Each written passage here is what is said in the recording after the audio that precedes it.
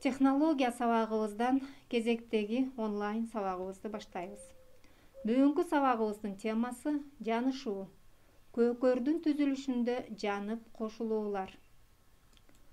Сабагыбыздын максаты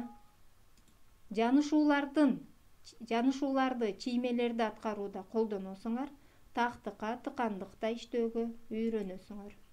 Сиздерге керектүү болуучу чийме аспаптары булар: формат А4 формасында кагаз же чийме кагазы, транспортер, жакшы карандаш жана түрдүү бурчтагы сызгычтар керектелет. Анда эмесе бардык керектүү курал-жарактарыңарды алып, түздөнүп, сабакка көңүл бурабыз. Балдар, окуу китебиңердеги 97-бетте 15-3 параграф жанышуулар темасы жөнүндө түшүндүрмө айтылган. Анда 130 сүрөттөгү чийме үлгү катары берилген. Мында эгерде бир түз сызыктан экинчи башка бир түз сызыкка кынтыксыз өтсө, анда биз аны жанышуу деп атайбыз.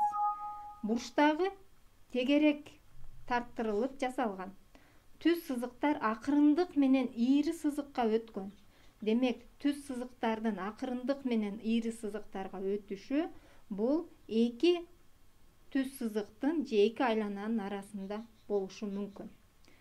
Жанышууларды түзүү үчүн жаалар жүргүзүлүүчү борборлорду же жанышуу борборлорун табуу керек.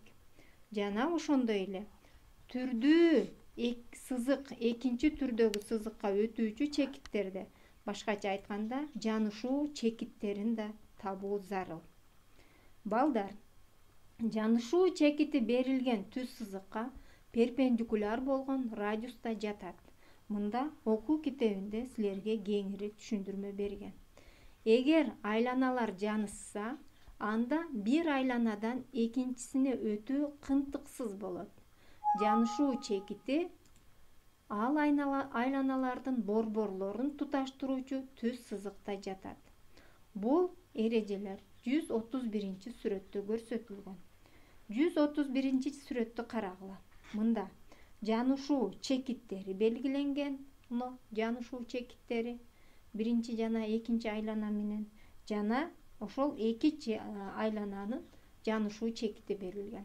Мында R радиустагы айлана берилген дагы А сүрөтүндө R радиусу менен жанышуу чекити А тамгасы менен белгиленген. 90 градустук бурч менен. Экинчи учурда Б сүрөттө мында эки радиусту жанышуу борбору О чекити деп табылган.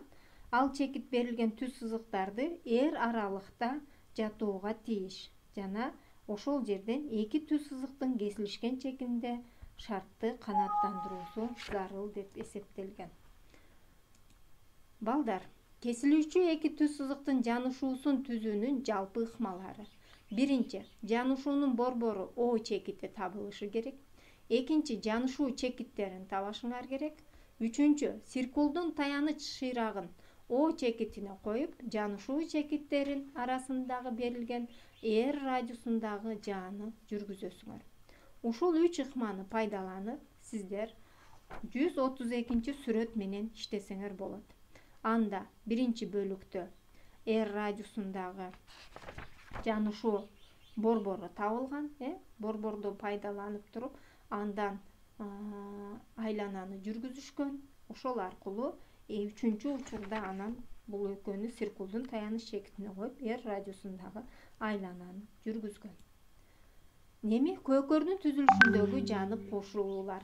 Билесиңер, көкөр бул кыргыз элинин улуттук мурастарынын бири болуп эсептелет. Бул көбүнчө каада салтыбызда суусундуктарды куюуда эсептелинет. Көкөр бул териден жасалат, колдонгонго ыңгайлуу.